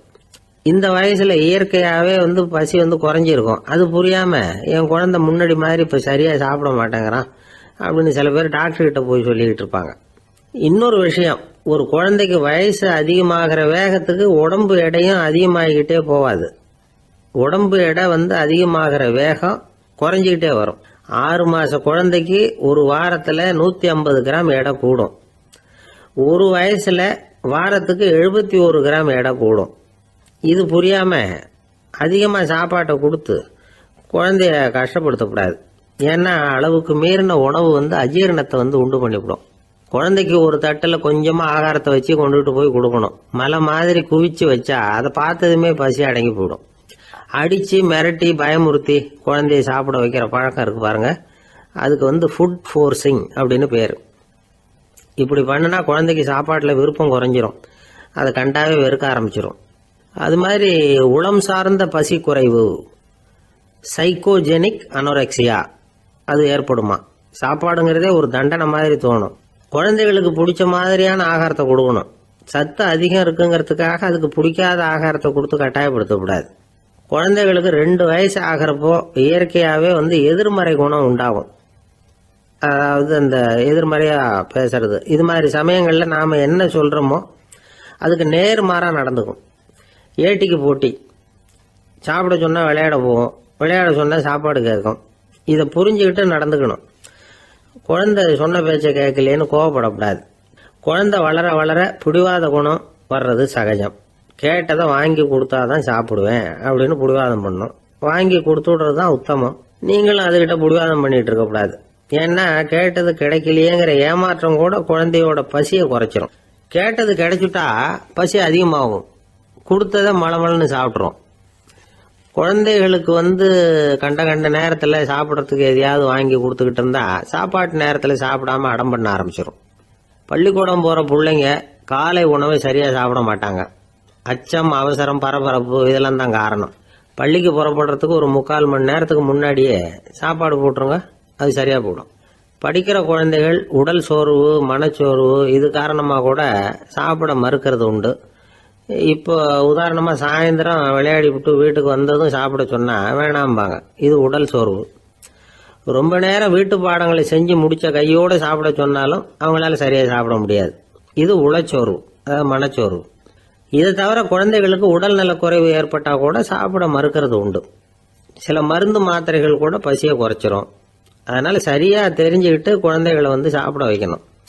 அது புரியாமல் கையில் சாப்பாட்டு தட்டை வச்சுக்கிட்டு குழந்தைகளை விரட்டிக்கிட்டு அலையக்கூடாது. ஒரு சின்ன பையன் சொன்னான், எங்கள் அம்மா சாப்பாடு போடுறது தெரிஞ்சால் நான் உடனே வீட்டை விட்டு வெளியில் ஓடி போடுவேன் அப்படின்னா. ஏன் அப்படி பண்ணுறேன்னு கேட்டோம். எங்கள் அப்பா கூட அது மாதிரி தான் சார் பண்ணுவார் அப்படிங்கிறான். எது ரொம்பவும் கஷ்டமான காரியம் அப்படின்னு கேட்டார் ஒருத்தர். ஒருத்தருக்கு ஒருத்தர் சண்டை போடாமல் இருக்கிறது தான் ரொம்ப கஷ்டமான காரியம் அப்படின்னு தோணுது. ஒரு நாட்டுக்கும் இன்னொரு நாட்டுக்கும் சண்டை, நாட்டுக்குள்ளேயே ஒரு குரூப்புக்கும் இன்னொரு குரூப்புக்கும் சண்டை. ஏன் சண்டை போட்டுக்கிறீங்கன்னு கேட்டு பாருங்கள். நாங்கள் சமாதானத்துக்காக தான் சண்டை போட்டுக்கிறோம் அப்படிம்பாங்க. வாழறதுக்காக பிறந்த மனுஷன் லட்சியத்துக்காக உயிரை விட தயார் அப்படின்னு சொல்லிகிட்டு இருப்பான். அப்படி உயிரை விடுறவங்கள நாமளும் பாராட்டுவோம். ஆனால் ஒன்றுமில்லாத விஷயங்களுக்கெல்லாம் சண்டை போடுறவங்களெல்லாம் அப்படிப்பட்டவங்களையும் சரி உயிரை விடுறவங்களையும் சரி என்னென்னு சொல்கிறது. யுத்தங்களாலேயும் சண்டைகளாலேயும் நாம் அடையிறது என்னங்கிறது ஒரு பக்கம் இருக்கட்டும், இழக்கிறது என்ன தெரியுமா? ஏராளமான உயிர்கள். ரத்தம் சிந்துறதுக்கு நான் தயார் அப்படின்னு மார்தட்டி சொல்லலாம். ஆனால் ரத்தம் சிந்தினா உயிர் காத்துக்கிட்டு இருக்க தயார் இல்லை. அதாவது உயிர் நமக்காக காத்துக்கிட்டு இருக்க தயார் இல்லை. இழக்கிற ரத்தத்தை ஈடுகட்டினா தான் உயிரை காப்பாற்ற முடியும். அதனால் இது சம்மந்தமாக ஆராய்ச்சி செய்கிற கட்டாயம் ஏற்பட்டு போச்சு. அதோட விளைவாக புதுசாக ஒன்றை கண்டுபிடிச்சிருக்கிறாங்க. அதுதான் செயற்கை ரத்த பொடி. இப்போ இந்த திடீர் சாம்பார் பொடி, திடீர் ரசப்பொடி, திடீர் காப்பி பொடி இப்படிலாம் சொல்கிறோம்ல, அது மாதிரி இது திடீர் ரத்த பொடி. இஸ்ரேல் ஒரு சின்ன நாடு, மக்கள் தொகை குறைச்சல், அதோட போர்கள் வேறு. அதனால் காயம்பட்டவங்களை காப்பாற்றியே தீர வேண்டிய கட்டாயம். காப்பாற்றணும்னா ரத்த இழப்பை தடுக்கணும். அப்படின்னா உடனடியாக புது ரத்தம் செலுத்தி ஆகணும். திடீர்னு ரத்தம் வேணும்னா எங்கே போகிறது? அதுவும் கிடைக்கிற ரத்தம் சேர்கிற குரூப்பாக இருக்கணும். ஒரு வேடிக்கை பார்த்தீங்களா, நான் வேறு குரூப்பு நீ வேறு குரூப்புன்னு இவன் சண்டை போடுறான். இதில் அடிபட்டவனுக்கு ரத்தம் கொடுக்க போனால் அதுலேயும் அது வேறு வேறு குரூப்பாக இருக்குது. அது ரத்தமும் வேறு வேறு குரூப்புன்னு சொல்லிகிட்டு இருக்குது. எந்த குரூப்பு ரத்தம் வேணும், அது உடனடியாக கிடைக்கலன்னா என்ன பண்ணுறது? இப்படிப்பட்ட கஷ்டம்லாம் நமக்கு வந்துடுது. இதுக்காக தான் விஞ்ஞானிகள் இந்த ரத்த பொடியை கண்டுபிடிச்சிருக்கிறாங்க. அதாவது ஒரு ஆள் அடிபட்டு போட்டான்னு வச்சுங்களேன், அவனுக்கு ரத்தம் கிடைக்கல, உடனே என்ன பண்ணலாம்? இந்த சுத்தப்படுத்தப்பட்ட தண்ணீரை கொஞ்சம் எடுத்துக்க வேண்டியது, அதில் இந்த ரத்த பொடியை கரைக்க வேண்டியது. இப்போ இந்த செயற்கை ரத்தம் வந்து தயாராகிட்டுது. இதை அந்த ஆள் உடம்புல ஏற்றி விட்டுற வேண்டியது. இயற்கையாக நம்ம உடம்பில் இருக்கிற ரத்தம் என்னென்ன வேலை செய்யுதோ அதே வேலையை இதுவும் செய்யும். அதாவது ஆக்சிஜனை உடம்புல எல்லா இடத்துக்கும் எடுத்துகிட்டு போகுது. அந்த வேலையை இந்த செயற்கை ரத்தமும் செஞ்சுடுது. ஆனால் ஒரு விஷயம், இந்த செயற்கை ரத்தம் ஒரு அவசரத்துக்கு தான் உபயோகப்படுத்தலாம், ஒரு முதல் உதவி மாதிரி. அதை அப்படியே நிரந்தரமாக விட்டுற முடியாது. பின்னாடி வந்து தேவையான குரூப்பு உண்மையான ரத்தம் கிடைச்ச உடனே அதை செலுத்திக்கணும். உண்மையான ரத்தத்தை 20லேருந்து 40 நாள் வரைக்கும் தான் பாதுகாக்க முடியும். அதுவும் குளிர்பதன பெட்டியில். அதுக்குள்ளே உபயோகப்படுத்தலைன்னா அது வீணாக போயிடும். இந்த ரத்த பொடி அப்படி இல்லை, எவ்வளோ நாள் வேணும்னாலும் அப்படியே வச்சுருக்கலாம். குளிர்பதன பெட்டியும் தேவையில்லை. ஆனால் ஒன்று, இது தண்ணியில் கலந்து செயற்கை ரத்தமாக ஆக்கிவிட்டா அதோட வலு 72 மணி நேரம் தான், அதாவது 3 நாள். அதுக்குள்ளே அந்த ஆசாமியை எங்கேயாவது ஆஸ்பத்திரிக்கு தூக்கிட்டு போய் உண்மையான ரத்தத்தை கொடுத்துடணும். சண்டையில் அடிபடுறவங்க, சாலை விபத்தில் அடிபடுறவங்க, இவங்களுக்கெல்லாம் அவசரத்துக்கு கை கொடுத்து உதவுறது இந்த செயற்கை ரத்த பொடி. அதுக்கப்புறம் நாம் கொடுக்குற ரத்தம் தான் அவங்கள காப்பாற்றணும். இன்றைக்கி வந்து ரத்தத்தை தானமாக கொடுக்க தயாராக இருக்கிற நல்ல உள்ளங்கள் ஏராளம். எவ்வளவு ஆக்சிடெண்ட்டு, ஆப்ரேஷன், இதில் சம்மந்தப்பட்டவங்களை வந்து காப்பாற்றுறது நாம் தானமாக கொடுக்குற ரத்தம் தானே. ஒரு ஆக்சிடெண்ட்டு, ஒரு ஸ்கூட்டர் ஒரு ஆள் மேலே மோதி விட்டுது, பார்த்து வரக்கூடாதா அப்படின்னா அந்த ஆள், நீ தான் பார்த்து நடக்கணும், ஏன்னா 20 வருஷமாக நான் அந்த ஸ்கூட்டரை ஓட்டிகிட்டு இருக்கிறேன் அப்படின்னு நானா இவன். இதுக்கு அவன் சொன்னான், நீ தான் பார்த்து ஓட்டணும், ஏன்னா 40 வருஷமாக நான் இப்படி நடந்துக்கிட்டு இருக்கிறேன் அப்படின்னு நானா. ஒரு குழந்தை பிறந்து தான் ஒரு வீட்டில், அந்த குழந்தைக்கு என்ன பேர் வைக்கிறதுங்கிறது ஒரு தகராறு. இந்த குழந்தைக்கு என்ன பேர் வைக்கிறதுங்கிறதுல தகராறு வந்துடுது. யார்? கணவனுக்கும் மனைவிக்கும். அவன் என்ன சொல்கிறான், எங்கள் அப்பா பேரை தான் வைக்கணுங்கிறான் அவன். இந்த அம்மா என்ன சொல்லுது, இல்லை எங்கள் அப்பா பேரை தான் வைக்கணும் அப்படிங்குது. இது காலையிலேருந்து சண்டை, தகராறு. எதிர்த்த வீட்டுக்காரன் பார்த்தான், இது என்ன காலையிலேருந்து எதிர்த்த வீட்டில் தகராறு நடக்குது, என்னென்னு போய் கேட்டிருக்கான். என்னம்மா உங்களுக்கு உள்ள தகராறு, காலையிலேருந்து பார்த்தேன் அப்படின்னா. ஒன்றும் இல்லைம்மா, எங்கள் குழந்தைக்கு பேர் வைக்கிறதுல எங்களுக்கு உள்ளே ஒத்து போக முடியல, நான் வந்து எங்கள் அப்பா பேரை வைக்கணுங்கிறேன், அந்த அம்மா அவங்க அப்பா பேரை வைக்கணுங்குது, அதுதான் எங்களால் குடும்பத்தில் ஒரு நிம்மதி இல்லாமல் இருக்கிறோம், தகராறு பண்ணிகிட்ருக்கோம் அப்படின்னு நானா. அப்போ எதிர்த்த வீட்டுக்காரன் சொல்லியிருக்கான், எதிர்த்த வீட்டுக்காரன்னு நான் எதுக்கு இருக்கிறேன், நான் பஞ்சாயத்து பண்ணி வைக்கிறேன், உங்களுக்குள்ள என்ன இது பேர் தானே வைக்கணும், ஏன்ப்பா உங்கள் அப்பா பேர் என்ன அப்படின்னு அவனை கேட்டிருக்கான். எங்கள் அப்பா பேர் சீனிவாசன் அப்படின்ட்டுருக்கான். இந்த அம்மாவை உங்கள் அப்பா பேர் என்னம்மா, கிருஷ்ணன் அப்படின்னு சொல்லி. இவன் யோசித்து பார்த்தான், குழந்தைக்கு சீனிவாச கோபாலகிருஷ்ணன்னு பேர் வைங்க போங்க அப்படின்ட்டு போயிட்டான். ஏற்ற விட்டுக்கு தீர்த்து வச்சுட்டு போயிட்டான். போனதுக்கப்புறம் இவங்க 2 பேரும் பேசிக்கிட்டாங்க. சரி, இந்த சீனிவாசன் சரி, கிருஷ்ணன் சரி, நடுவில் கோபாலன் யார் அப்படின்னு சொல்லி அவனை போய் இழுத்துட்டு வந்தான். எழுத்து வீட்டில் போய், அது யாரா, அது இங்கே வா, அது யாரா கோபாலன், அது எங்கள் அப்பா பேர், நீ அதை மட்டும் எதுக்கு விட்டு வைக்கிற, அதையும் சேர்த்து வச்சுட்டு போடான்னு. அதாவது குடும்பத்தில் வந்து ஒரு கணவனும் மனைவியும் ஒரு சின்ன விஷயத்தில் கூட ஒத்து போகலன்னா இப்படி தான் ஏற்று வீட்டுக்காரன் பஞ்சாயத்துக்கு வருவான். கோபாலன்னு வந்து குறுக்க வருவான் ஒருத்தன். அப்படி அந்த அனுசரிப்புங்கிறது குடும்பத்தில் ரொம்ப அவசியம். கணவனும் மனைவி அது ஒன்றுக்கு மேலே இந்த கல்யாணம் பண்ணிக்கிறாங்க, அது ரொம்ப அவஸ்தை. ஒருவனுக்கு ஒருத்திங்கிறது நம்ம இதெல்லாம் சொல்கிறது. ஒன்றுக்கு மேற்பட்ட திருமணங்கள் வந்து சங்கடத்தில் தான் கொண்டு வந்து விடும். நிறைய சொல்லுவாங்க. உலகத்திலேயே ஒரு பெரிய இது என்ன தெரியுங்களா, இயற்கை வந்து நிர்ணயம் பண்ணுது. இப்போ வந்து நம்ம சில பேருக்கு எனக்கு பொம்பளை பிள்ளை வேண்டாம், ஆம்பளை பிள்ளை வேண்டான்னு சொல்லி இந்த ஸ்கேன் பண்ணி என்னென்னோ பண்ணிகிட்டு இருக்கிறாங்கல்ல. ஆனால் இயற்கை வந்து அந்த 50-50 ரேஷியோவை அது வந்து மெயின்டைன் பண்ணிகிட்ருக்கு. இந்த உலகத்தில் ஒரு அதிசயமான உண்மை என்னென்னா, 116 ஆம்பளை பிள்ளை பிறந்தா 100 பொம்பளை பிள்ளை பிறகுதான். உலக அளவில் 116 ஆம்பளை பிள்ளை பிறந்தா 100 பொம்பளை பிள்ளை பிறகுது. இது எதுக்கு 16 அதிகமாக பிறகுதுன்னா, அந்த வாலிப வயசு அடையிறதுக்குள்ளே 16 செத்து போகுது. 16 அங்கங்கே ஓடுறது, கொஞ்சம் முரட்டுத்தனமாக போகிறதுனால செத்து போகுது. அந்த 50-50 இந்த ஒருத்தருக்கு ஒருத்தங்கிற ரேஷியோவை இயற்கை வந்து மெயின்டைன் பண்ணிகிட்டு இருக்கு. அது ஒரு பெரிய அதிசயம். அதை விட பெரிய அதிசயம் என்னென்னா, இந்த உலக யுத்தம் நடந்ததில்ல, முதல் உலக யுத்தம், 2வது யுத்தம், அப்போ பார்த்துருக்குறாங்க, கணக்கு எடுத்துருக்குறாங்க. அந்த யுத்தம் முடிஞ்ச பிறகு 116 ஆம்பளை பிள்ளைக்கு பதிலாக 160 170 பிறக்க ஆரம்பிச்சுதான். 100 பெண் குழந்தைக்கு 170 180 ஆண் குழந்தை. இது எதுக்குன்னா, அந்த போரில் செத்து போகுதில்ல ஆம்பளை பிள்ளைகள், அதை ஈடுகட்டுறதுக்காக அதிகமாக பிறக்க ஆரம்பிச்சிருக்கு.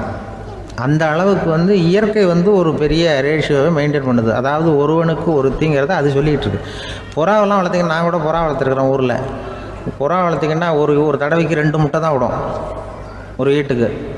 அந்த 2 முட்டையும் குஞ்சு பறிச்சுன்னா அதில் ஒன்று வந்து ஆணாக இருக்கும், ஒன்று பொண்ணாக இருக்கும். அது எந்த முட்டை ஆண் எந்த முட்டை பெண்ணுங்கிறத இயற்கை நிர்ணயம் பண்ணுது. அதை வந்து நம்ம மாற்றவே முடியாது. ரெண்டையும் அந்த பெண்ணாவோ 2 ஆணாவோ மாற்ற முடியாது நம்ம. அதனால் அந்த இயற்கையை புரிஞ்சுக்கிட்டு நாம் நடந்துக்கணும். அதனால தான் ஒரு கணவன் ஒரு மனைவி, அதான் ஒருத்தருக்கு ஒருத்தங்கிறது. ஒன்றுக்கு மேலேனா சங்கடம் தான். ஒரு பஸ்ஸில் வந்து ரெண்டு பெண்கள் வந்துக்கிட்டு இருந்தாங்களாம். பஸ்ஸு பிரயாணம். 2 பெண்கள் வந்து பக்கத்தில் உட்காந்துருக்காங்க. அந்த கண்டக்டரை கூப்பிட்ருக்காங்க, இங்கே வாயா அப்படின்னு அந்த ஒரு அம்மா கூப்பிட்ருக்கு. என்னம்மா அப்படின்ட்டுருக்கார். வந்து இந்த ஜன்னலை திறந்து விட்டு போ அப்படின்னு. சரின்னு அதுக்கு பக்கத்தில் இருந்த ஜன்னலை திறந்து விட்டு அவர் போயிட்டார். பக்கத்தில் இருந்தம்மா உடனே இங்கே வாயா மறுபடியும் வாயான்னு கூப்பிட்ருக்கு.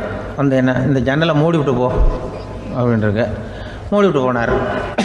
மறுபடியும் அந்த முன்னாடி கூப்பிட்டது வாமா வாயான்னு மறுபடியும் கண்டக்டரை கூப்பிட்டு, என்ன இந்த பார், இந்த ஜன்னலை வந்து நீ மூடி வச்சின்னா நான் மூச்சு திணறி செத்து போடுவேன். அப்புறம் உடனே பக்கத்தில் இருந்த அம்மா, தபாரியா அந்த அம்மா பேச்சை கேட்டுட்டு நீ திறந்து வச்சின்னா நான் குளிர் தாங்காமல் செத்து போடுவேன் அப்படின்ட்டு அவர் தலையை பிச்சுக்கிறார் கண்டக்டர். என்னடா பெரிய ரொம்ப போச்சேன்னு, கொஞ்சம் தூரம் பிரயாணம், இதில் கூட அட்ஜஸ்ட் பண்ணி போகக்கூடாதா அப்படின்னு. அப்போ அந்த பஸ்ஸில் பின்னாடி ஒருத்தன் கடைசி சீட்டில் வெயில் தாங்காமல் சட்டையெல்லாம் கட்டி போட்டுட்டு ஒரு கிராமத்து ஆள் பீடி குடிச்சிட்டு வரான். அவர் கூப்பிட்ருக்கான் அந்த ஆள், அந்த கண்டக்டர், இங்கே வாயா அங்கே என்ன தகராறு அப்படின்னு. அந்த எதிர்த்து வீட்டுக்காரன் வந்தானே முன்னாடி பஞ்சாயத்துக்கு, அது மாதிரி கண்டக்டர் இங்கே வாயா, அவன் ஏன் நீ என்ன சொல்ல போகிற அப்படின்ட்டு வந்திருக்கான். சட்டையெல்லாம் கட்டி போட்டு பீடி குடிக்கிறான். பீடி புகையை ஊதி விட்டு அங்கே என்ன தகராறு அப்படின்னு கேட்டிருக்கான். ஒன்றும் இல்லையா, அந்த அம்மா வந்து ஜன்னலை திறந்தா செத்து போவேங்கிறது, இந்த அம்மா ஜன்னலை மூடுனா செத்து போவேங்கிறது, நான் என்னையா பண்ணுறது ஒரு ஆள், இதுக்கு ஏன் கவலைப்படுறேன், நான் சொல்கிறத கேள்வி, நான் தீர்த்து வைக்கிறேன் பிரச்சனையை அப்படின்னு சொல்லிவிட்டு பீடியை எடுத்துக்கிட்டு புகையை ஊதிவிட்டு சொன்னானா, கொஞ்ச நேரம் அந்த ஜன்னலை மூடி வை, அந்த அம்மா செத்து போவோம், அப்புறம் திறந்து வை, இந்த அம்மா செத்து போவோம், நாம் நிம்மதியாக போகலாம் அப்படின்னு சொல்லிட்டு பீடி குடிக்க ஆரம்பிச்சிட்டான். அவருக்கு கோவம் வந்துட்டுது கண்டக்டருக்கு. உனக்கு என்ன நீ பாட்டுக்கு சொல்லிட்டு விடுவ, அந்த 2 அம்மாவும் செத்து போச்சுன்னா அவங்க வீட்டுக்காரனுக்கெல்லாம் யார் பதில் சொல்கிறது அப்படின்னா, கவலையே படாத, 2 பேருக்கும் நான் தான் வீட்டுக்காரன். அதனால தான் அந்த யோசனையை சொன்னேன் அவங்ககிட்ட. அப்புறம் இதுதான், இந்த ஒன்றுக்கு மேலே போச்சுன்னா அது இயற்கைக்கு விரோதம், இப்படிலாம் ஆகும். அதனால தான் அவன் அவ்வளவு ஒன்றுமே வேண்டான்ட்டு கடைசி பெஞ்சு இதில் போய் சீட்டில் உட்காந்துக்கிட்டான். அப்படி அது இயற்கையை புரிஞ்சுக்கிட்டு வாழணுங்கிறது முக்கியம். குடும்பத்தில் வந்து கணவனுடைய பங்கு என்ன, மனைவியினுடைய பங்கு, குழந்தை குட்டிகள்லாம் சொல்லுவாங்க. அப்படி இருக்கணும். கணவன்கிறவனுக்கு நிறைய சகிப்புத்தன்மை தேவைப்படுது. கிராமத்தில் ஒருத்தன் வந்து தன்னுடைய நகங்களை வெட்டிக்கிட்டு இருந்தான். வெட்டி முடித்ததும் ஒரு வயசானவர் அவனை பார்த்து, அதையெல்லாம் அடுத்தவன் கண்ணில் படுறது மாதிரி போட்டுறாதப்பா, ஆபத்துன்னார். என்ன ஆபத்துன்னு கேட்டான் இவன். எவனாவது பில்லி சூனியம் வைக்கிறவன் எடுத்துகிட்டு போயிட போகிறான் அப்படின்னார் அவர். வேண்டாத ஒருத்தனுக்கு ஏதாவது கெடுதல் பண்ணணும்னா உடனே மந்திரவாதியை தேடி போகிறது உண்டு. மந்திரவாதி என்ன பண்ணுவார்னா, யாருக்கு சூன்யம் வைக்கணுமோ அவனோட காலடி மண், முடி, நகம் இதையெல்லாம் அவனுக்கு தெரியாமல் எடுத்துட்டு வா அப்படிம்பார். இது மட்டும் இல்லை, அழுக்கு துணி, வேறு மனித உருவம் மாதிரி செய்யப்பட்ட பொம்மை, இதெல்லாம் கூட மந்திரவாதிகள் பயன்படுத்துறது உண்டு. இதெல்லாம் ஏமாத்து வேலை. மனிதனுடைய முடி, நகம் இதெல்லாம் வெட்ட வெட்ட வளருது இல்லையா, அதனால அதுக்குள்ள உயிர் இருக்கிறதாக ஆதி மனிதர்கள் நம்பி இருப்பாங்க. அதனால மனுஷங்கிட்ட இருந்து அதெல்லாம் பிரிக்கப்பட்ட பிறகும் கூட அதுகளுக்கும் அந்த மனுஷனுக்கும் தொடர்பு இருக்கிறதாக அவங்க நம்பினாங்க. அந்த நம்பிக்கை தொடர்ந்து வந்து அதோட விளைவாதான் இன்னைக்கு மந்திரவாதிகள் நகத்தையும் முடியையும் எடுக்கிறாங்க. அந்த நகத்துக்கும் முடிக்கும் ஒரு பாதிப்பு உண்டாக்குனா அது சம்பந்தப்பட்டவனுக்கு போய் சேரும் அப்படிங்கிறது அவங்க நினைப்பு. அவ்வளவுதான் விஷயம். இது மாதிரி நம்பிக்கைகள் தான் இன்னைக்கு நகம், முடி இதையெல்லாம் மற்றவங்க கண்ணில் படும்படி போடக்கூடாது அப்படிங்கிற வழக்கத்தை உண்டாக்கி விட்டுது. ஒருத்தர் பேர் என்னன்னு கேட்டு தெரிஞ்சுட்டு போய் அந்த பேரை வச்சு அவனோட ராசி பலனை கணிச்சு அவனுக்கு ஏற்பட இருக்கிற கெட்ட நேரத்தில் அவனுக்கு சூன்யம் வச்சா அது உடனே பலிக்கும் அப்படின்னு ஒரு நம்பிக்கை. அது மட்டும் இல்ல, சூன்ய தகட்டுல பேரை எழுதி புதைக்கிறதும் உண்டு. இதனாலதான் பெண்கள் கணவன் பேரை சொல்லாத பழக்கம் ஏற்பட்டுதான். அதாவது பேரை கேட்டுக்கிட்டு போய் ஏதாவது கெடுதல் பண்ணிவிட்டா என்ன பண்றது அப்படிங்கிற பயம். அப்படி ஆரம்பிச்ச பழக்கம்தான் இன்னைக்கு ஏதோ மரியாதைக்காக கணவன் பேரை பிறர் முன்னிலையில சொல்றது இல்லை அப்படிங்கிறது மாதிரி ஆயிட்டுது. மந்திரவாதிகள் நம்ம ஊர்ல மட்டும்தான் இருக்கிறாங்கன்னு நினைக்காதீங்க, உலகம் பூரா உண்டு. பிசி தீவில் வாழக்கூடிய மக்கள் என்ன செய்வாங்களாம் தெரியுமா? இது மாதிரி மாந்திரீகம், செய்வன, பில்லி, சூனியம் இதெல்லாம் தங்களை பாதிக்காம இருக்கிறதுக்காக வீட்டை சுத்தி அகழி வெட்டி அதுல தண்ணீரை நிரப்பி வச்சிருவாங்களாம். ஆஸ்திரேலியாவில் இருக்கக்கூடிய பழங்குடி மக்கள் கிட்ட ஒரு பழக்கம், ஏதாவது பழங்கள் சாப்பிட்டா அதோட விதைய தண்ணீர்லயோ அல்லது ஆத்துலயோ போட்டுருவாங்களாம். வெளியில போட்டுட்டா அதை எடுத்து செய்வினைக்கு பயன்படுத்திடுவாங்க அப்படிங்கிற பயம். இது மாதிரி உலகம் பூராவும் செய்வினையின் மூலம் அடுத்தவங்களுக்கு பாதிப்பை உண்டு பண்ண முடியும் அப்படிங்கிற நம்பிக்கை இருக்கத்தான் செய்யுது. பொதுவா எல்லா ஊர்லயுமே நகம், முடி, காலடி மண்ணு, மனித உருவ பொம்மை இததான் மந்திரவாதிகள் பயன்படுத்துறாங்களாம். இந்த பில்லி, சூனியம், செய்வினை இதுல இருக்கிற உண்மை என்ன தெரியுமா? நகமோ முடியோ எதையும் செய்யறது இல்ல, சம்பந்தப்பட்டவனுக்கு ஏற்படுற பயம் இருக்கு பாருங்க, அதுதான் பாதிக்கும். இது மனநிலையை பொறுத்த விஷயம், வேற விஞ்ஞான ரீதியான பாதிப்பு இதுல எதுவும் கிடையாது. நம்ம ஊர்ல ஏற்பட்ட பகுத்தறிவு சிந்தனைகள், மூட நம்பிக்கைகளை எவ்வளவோ குறைச்சிருக்குது. இருந்தாலும் ஏமாந்து போறவங்க இன்னும் இருந்துகிட்டு தான் இருக்கிறாங்க. இந்த காலத்துல சின்ன குழந்தைகளை கூட ஏமாத்துறது கஷ்டம். ஒரு குழந்தை கேட்டுதான், ஏன்பா பிரார்த்தனை பண்ணுனா நமக்கு எல்லாம் கிடைக்குமா அப்படின்னு தான். ஓ கிடைக்குமே அப்படின்னாராம் அப்பா. நீ வச்சிருக்கிறிய பேனா அது கூட கிடைக்குமா அப்படின்னு கேட்டுதான் குழந்தை. ஓ கிடைக்கும் அப்படின்னாராம். அப்படின்னா நீ வச்சிருக்கிற பேனாவை என்கிட்ட கொடுத்துரு, அதுக்கப்புறம் நீ பிரார்த்தனை பண்ணி வேற ஒரு பேனாவை வாங்கிக்கோ அப்படின்னு தான் அந்த சின்ன குழந்தை. இந்த உலகத்துல மனுஷன் எவ்வளவோ தவறுகள் செய்யறான். அதுக்கெல்லாம் என்ன காரணம்? அதை பத்தின ஆராய்ச்சி தான் இன்னைக்கு. இதுக்கு ஆராய்ச்சி என்னத்துக்கு? அது தெரிஞ்ச விஷயம் தானே அப்படின்னு நீங்க நினைக்கலாம். ஆனா அப்படி அலட்சியமா இந்த விஷயத்தை விட்டுறக்கூடாது. பொதுவா எல்லோரும் நினைக்கலாம் எது சரி எது தவறு அப்படின்னு தெரியாததுனால தான் மனுஷன் தப்பு பண்றான் அப்படின்னு. ஆனா அப்படி சொல்லிட முடியாது. மனுஷன் தெரிஞ்சே தான் தவறுகள் பண்றான். இப்போ உதாரணத்துக்கு ஒரு சாலையில இடது பக்கம் போக வேண்டிய ஒருத்தர் நடுக்கோட்டை தாண்டி வலது பக்கமா வண்டியை ஓட்டிட்டு போறாருன்னு வச்சுங்க. என்னப்பா இது தப்பு இல்லையா அப்படின்னு அவர்கிட்ட கேட்டா, அதெல்லாம் எனக்கு தெரியும், நீ உன் வேலையை பார்த்துட்டு போ அப்படிம்பார். வலது பக்கமா போறது தப்புன்னு தெரிஞ்சே தான் அவர் அப்படி செய்யறார், அப்படி போறார். பெரிய உத்தியோகத்தில் இருக்கிறவங்க கூட லஞ்சம் வாங்குறாங்க. அவங்களுக்கெல்லாம் லஞ்சம் வாங்குறது தப்புன்னு தெரியலன்னு அர்த்தம். திருடுறது தப்புன்னு தெரியாமலாம் மனுஷன் திருடுறான், நல்லாவே தெரியும். நீங்க வேணும்னா கேட்டு பாருங்க, வேற வழி இல்லை அதனால தான் திருடுறேன்பா. திருடுறது ஒரு புண்ணியமான காரியம்னு திருடனே கூட சொல்ல மாட்டான். திருடுறது தவறுங்கிறது திருடனுக்கு தெரியும் அப்படிங்கிறத விளக்கறதுக்காக ஒரு பெரியவர் ஒரு கதை சொன்னார். அதாவது 2 திருடர்கள் 2 பேரும் சேர்ந்து ஒரு வீட்டுக்கு போய் ஒரு 10,000 ரூபாயை திருடிட்டு வந்துடுறாங்க. ஒரு காட்டு வழியா வந்துகிட்டு இருக்கிறாங்க. இன்னும் விடியல. 2 பேருக்கும் தூக்கம் கண்ணை சுத்துது. சரி இப்படியே ஒரு மரத்தடியில் படுத்து தூங்குவோம், காலையில் விடிஞ்சதும் இந்த பணத்தை 2 பேரும் பங்கு போட்டுக்குவோம் அப்படின்னு முடிவு பண்ணுறாங்க. அதே மாதிரி படுத்து தூங்குறாங்க. நடு ராத்திரியில் ஒரு திருடன் முழிச்சுக்கிறான். விடிகிற வரைக்கும் காத்துக்கிட்டு இருந்தா 5,000 ரூபா தான் கிடைக்கும், இப்போவே கம்பி நீட்டினா 10,000 ரூபா கிடைக்கும் அப்படின்னு யோசிச்சு பார்த்துட்டு ஒரு முடிவுக்கு வந்தான். மெதுவாக அந்த 10,000த்தையும் சுருட்டிக்கிட்டு அடுத்தவனுக்கு தெரியாமல் ஓடி போயிட்டான். விடியுது. அடுத்தவன் எழுந்திரிச்சு பார்க்குறான், பணத்தையும் காணலை, பாகஸ்தனையும் காணலை. இந்த திருடன் அந்த திருடனை திட்டுறான், திருட்டு பய, அயோக்கிய பய, இப்படி அநியாயமாக கிளப்பிட்டு போட்டானே அப்படிங்கிறான். இதுலேருந்து என்ன தெரியுது? தெரியாமல் எடுத்துக்கிட்டு போகிறது திருட்டு, அயோக்கியத்தனம், அநியாயம் அப்படிங்கிறது இவனுக்கு தெரிஞ்சிருக்குது. அதனால தான் அடுத்தவனை பார்த்து இப்படி திட்டுறான். அதனால தெரியாததுனால மனுஷன் தவறு பண்ணுறான்னு சொல்கிறது சரியில்லை. அப்படின்னா மனுஷன் பண்ணுற தவறுகளுக்கு உண்மையான காரணம் தான் என்ன? இதே சந்தேகம் அர்ஜுனனுக்கும் வந்துதான். அதனால தான் அவன் பகவானை பார்த்து கேட்குறான், மனுஷன் தன் விருப்பத்துக்கு விரோதமாக ஏதோ ஒரு சக்தியினால பலாத்காரமாக இழுக்கப்பட்டது மாதிரி பாவம் பண்ணுறானே, அந்த சக்தி என்ன அப்படின்னு கேட்குறான். இதுக்கு பகவான் பதில் சொல்கிறார், காமமும் குரோதமும் தான் அந்த சக்திகள், அதாவது ஆசையும் சினமும். இது ரெண்டும் உன்னுடைய எதிரிகள் அப்படிங்கிறத புரிஞ்சுக்கோ அப்படிங்கிறார். இன்னமும் நுணுக்கமாக பார்த்தா காமத்தினுடைய மறு உருவங்கள் தான் குரோதமும் லோபமும். ஆசை நிறைவேறலைன்னா குரோதம், அதாவது கோபம். ஆசை நிறைவேறிட்டதுன்னா லோபம், அதாவது பேராசை. பாவத்தை கண்ட்ரோல் பண்ணணும்னா அதுக்கு மெயின் சுவிட்ச் எது அப்படிங்கிறது இப்போ தான் தெரியுது. அதுக்கு மனுஷன் தெரிஞ்சே தான் தவறு பண்ணுறான் அப்படின்னு பேசிக்கிட்டோமே. அதுக்கு ஒரு உதாரணம். ஒரு ஆள் ஹோட்டலில் சாப்பிட போனான், சாப்பிட்டு முடித்தான். எழுந்திரிச்சு வந்து முதலாளிகிட்ட பில்லை கொடுத்தான், காசை கொடுக்கல. முதலாளி பணம் கொடுன்னு கேட்டார். இவன் என்கிட்ட பணம் இல்லைன்னா. முதலாளி கொஞ்சம் கூட அலட்டிக்கல. உள்ளே இருந்து ஒரு ஆளை கூப்பிட்டார். இவனை கூப்பிட்டுக்கிட்டு போய் இட்லி மாவு ஆட்ட சொல்லுன்னார். இவனும் கவலைப்படாமல் உள்ளே போயிட்டான். அப்போது அழைச்சிட்டு போகிற ஆள் கேட்குறான், ஏன் சார் சாப்பிட்றதுக்கு முன்னாடி காசு இல்லைங்கிறது உங்களுக்கு தெரியாதா அப்படின்னு கேட்குறான். தெரியும், காசு இல்லைங்கிறதும் தெரியும், காசு இல்லாமல் சாப்பிட்டா மாவாட்டணுங்கிறதும் தெரியும் அப்படின்னா அந்த ஆள். அப்படின்னா நீங்கள் உங்கள் வீட்லேயே சாப்பிட்ருக்கலாமே அப்படின்னு கேட்குறான் அவன்.